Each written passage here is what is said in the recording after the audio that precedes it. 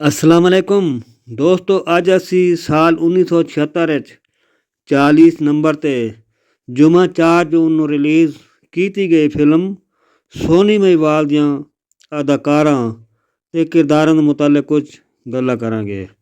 ਕਮਾਲ ਇਰਾਨੀ ਨੇ ਇਸ ਫਿਲਮ ਵਿੱਚ ਸੌਦਾਗਰ ਤੇ ਯੂਸਫ ਖਾਨ ਦੇ ਬਾਪ ਦਾ ਕਿਰਦਾਰ ਕੀਤਾ ਸੀ। ਮੀਨਾ ਦਾਊਦ ਨੇ ਖਾਨਮ ਦੇ ਰੂਪ ਵਿੱਚ ਕਮਾਲ ਇਰਾਨੀ ਦੀ ਬੀਵੀ ਤੇ ਯੂਸਫ ਖਾਨ ਦੀ ਮਾਂ ਦਾ ਕਿਰਦਾਰ ਕੀਤਾ ਸੀ। ਯੂਸਫ ਖਾਨ ਨੇ ਇੱਜ਼ਤ ਬੇਗ ਦੇ ਰੂਪ ਵਿੱਚ ਕਮਾਲ ਇਰਾਨੀ ਤੇ ਮੀਨਾ ਦਾਊਦ ਦੇ ਪੁੱਤਰ ਦਾ ਕਿਰਦਾਰ ਕੀਤਾ ਸੀ। ਅਬਦਾਲ ਅਹਿਮਦ ਨੇ ਖਾਕਾਨੀ ਦੇ ਰੂਪ ਵਿੱਚ ਕਮਾਲ ਇਰਾਨੀ ਦੇ ਭਤੀਜੇ ਤੇ ਯੂਸਫ ਖਾਨ ਦੇ ਚਾਚਾਜ਼ਾਦ ਭਾਈ ਦਾ ਕਿਰਦਾਰ ਕੀਤਾ ਸੀ। ਨੰਨਾ ਨੇ ਗੋਹਰ ਦੇ ਰੂਪ ਵਿੱਚ ਯੂਸਫ ਖਾਨ ਦੇ ਦੋਸਤੀ ਦਾ ਕਿਰਦਾਰ ਕੀਤਾ ਸੀ। ਫਰਜ਼ਾਨਾ ਨੇ ਮੁੰਦਰਾ ਦੇ ਕਿਰਦਾਰ ਵਿੱਚ ਰੋਲ ਕੀਤਾ ਸੀ। ਰੁਜ਼ੀਨਾ ਨੇ ਬਾਲੀ ਦੇ ਰੂਪ ਵਿੱਚ ਅਸਦ ਬੁਖਾਰੀ ਦੀ ਭੈਣ ਦਾ ਕਿਰਦਾਰ ਕੀਤਾ ਸੀ। ਅਸਦ ਬੁਖਾਰੀ ਨੇ ਅੱਕੂ ਦੇ ਕਿਰਦਾਰ ਵਿੱਚ ਕੁਮਹਾਰ ਤੇ ਰੁਜ਼ੀਨਾ ਦੇ ਭਰਾ ਦਾ ਕਿਰਦਾਰ ਕੀਤਾ ਸੀ। ਅਲਾਉਦੀਨ ਨੇ ਤੁੱਲਾ ਕੁਮਹਾਰ ਤੇ ਮੁਮਤਾਜ਼ ਦੇ ਬਾਪ ਦਾ ਕਿਰਦਾਰ ਕੀਤਾ ਸੀ। ਇਲਿਆਸ ਕਸ਼ਮੀਰੀ ਨੇ ਪਿੰਡ ਦੇ ਚੌਧਰੀ ਦਾ ਕਿਰਦਾਰ ਕੀਤਾ ਸੀ।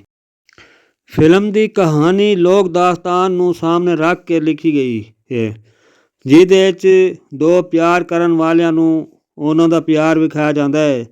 ਪਿਆਰ ਦਾ ਅਰੂਜ ਤੇ ਖਿੱਚ ਵਿਖਾਈ ਗਈ ਹੈ।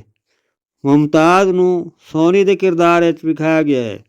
ਯੂਸਫ ਖਾਨ ਨੂੰ ਮਹਿਵਾਲ ਦੇ ਰੂਪ ਵਿੱਚ ਵਿਖਾਇਆ ਜਾਂਦਾ ਹੈ।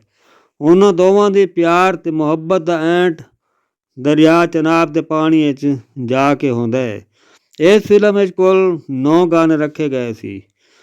ਇਹ ਫਿਲਮ ਯੂਸਫ ਖਾਨ ਤੇ ਮੁਮਤਾਜ਼ ਦੀ ਇੱਕ ਯਾਦਗਾਰ ਫਿਲਮ ਸੀ।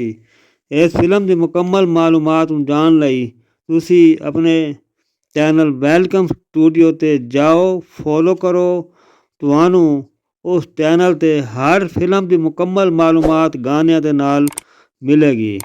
ਇਸ ਚੈਨਲ ਨੂੰ ਸਬਸਕ੍ਰਾਈਬ ਕਰਕੇ ਘੰਟੀ ਵਾਲੇ ਬਟਨ ਨੂੰ ਦਬਾ ਕੇ ਆਲ 'ਤੇ ਕਲਿੱਕ ਕਰੋ।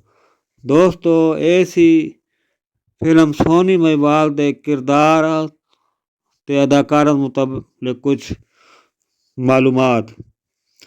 ਆਪਣਾ ਬਹੁਤ ਸਾਰਾ ਖਿਆਲ ਰੱਖਣਾ ਦੋਸਤੋ। ਜ਼ਿੰਦਗੀ ਰਹੇ ਤੇ ਕਿਸੇ ਹੋਰ ਫਿਲਮ ਦੀ ਵੀਡੀਓ ਦੇ ਨਾਲ ਅਸੀਂ ਫੇਰ ਮਿਲਾਂਗੇ।